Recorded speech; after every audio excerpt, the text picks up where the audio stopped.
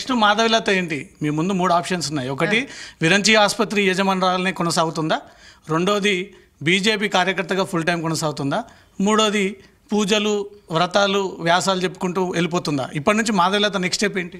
బాగా అడిగిన క్వశ్చన్, ఇంట్రెస్టింగ్గా ఉంది. ఫస్ట్ నువ్వు తెలుసుకోవాల్సింది ఏంటంటే 2 ఏళ్ళు అయిపోయా మాధవిలత విరించి నుంచి బయటకు వచ్చేసి. సో నీకు ఫస్ట్ అది అప్డేట్ ఇచ్చేద్దాం. ఇంకా మాధవిలతకు విరించికి సంబంధం లేదు.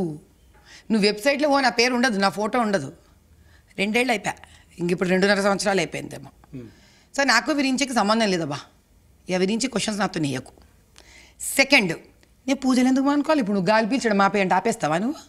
నేనెందుకు పూజలు మానుతానే నాకు అర్థం కాదు. నేను చేసే పూజలు నేను చేసుకుంటా. ఇను ఉంటే ఏం పూజలు చేసుకోకూడదైంది? ఎందుకు చేయలేమయ్యా? అంటే ఏదో ఇప్పుడు నువ్వు ఎట్లా చెప్తున్నావు తెలుసా? పిల్లలు ఉన్నారు అనుకో, నీకు మంచి మెడిసిన్ సీట్ వచ్చింది కాబట్టి అమ్మ నాయన కాళ్ళకి నమస్కారం చేసుడు మానే అంటే, మెడికల్ సీట్ వస్తే అమ్మ నాన్న కాళ్ళకి నమస్కారం చేసాడు మానేస్తావా ఏంది? ఇది దేవునితో డీల్ కట్టింగా? అట్లా నడవదే ఆ జీవితం.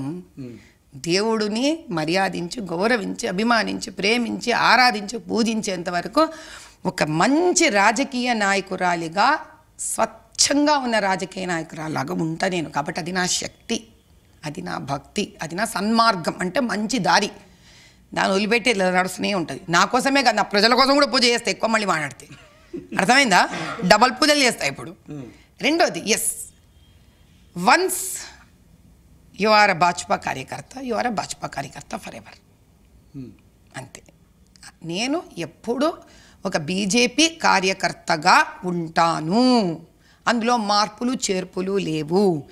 నేను ఎప్పటికీ మా హైదరాబాద్ లోక్సభ పార్లమెంట్ ఎంపీ క్యాండిడేట్నే, నేను అలాగే ఉంటాను. వాళ్ళ కోసం ఎప్పుడు ఏ సమస్య వచ్చినా కూడా నేను ఉన్నాను. ఇది నా కేర్ ఆఫ్ అడ్రస్. అంతేనే. ఇప్పుడు ఏం చెప్తాను మేడం ఫైనల్గా మీకు ఓట్లు వేసినటువంటి హైదరాబాద్ పార్లమెంట్ ఓటర్లకి? అదే చెప్పిన కదా, మా హైదరాబాద్ పార్లమెంటు ఓటు వేసిన ఓటర్లకి పాపం ఓటు లేకపోయినా ఉందేమో నేను కష్టపడి ఆడదాకా వచ్చి ఓటు వేయాలని ప్రయత్నించి ఓటు లేకుండా నిరుత్సాహపడిపోయి డిసప్పాయింట్ అయ్యి బాధపడి వెళ్ళిపోయిన వీళ్ళందరికీ కూడా నేను మీకు అండదండగా ఉన్నాను, ఉంటాను. ఇందులో మార్పు లేదు. మీరు నన్ను ఇప్పటికే గెలిపించుకునే ఎంపీఏ. ఏడ గెలిచినా మీ మనసులలో గెలిచిన నేను. పదవి అనేది పేపర్ మీదో పార్లమెంట్లో కూర్చుంటేనే పదవి ఉండదు. మనుషుల మనసులో గెలిచింది కూడా పెద్ద పదవి. అన్నిటికన్నా మీకు నేనున్నా. మీకు ఏ బాధ వచ్చినా నేను ఎంత తీర్చగలిగితే, నాకు ఎంత చేతైతే నేను పోరాడి కొట్లాడి మీ బాధలు తీరుస్తా.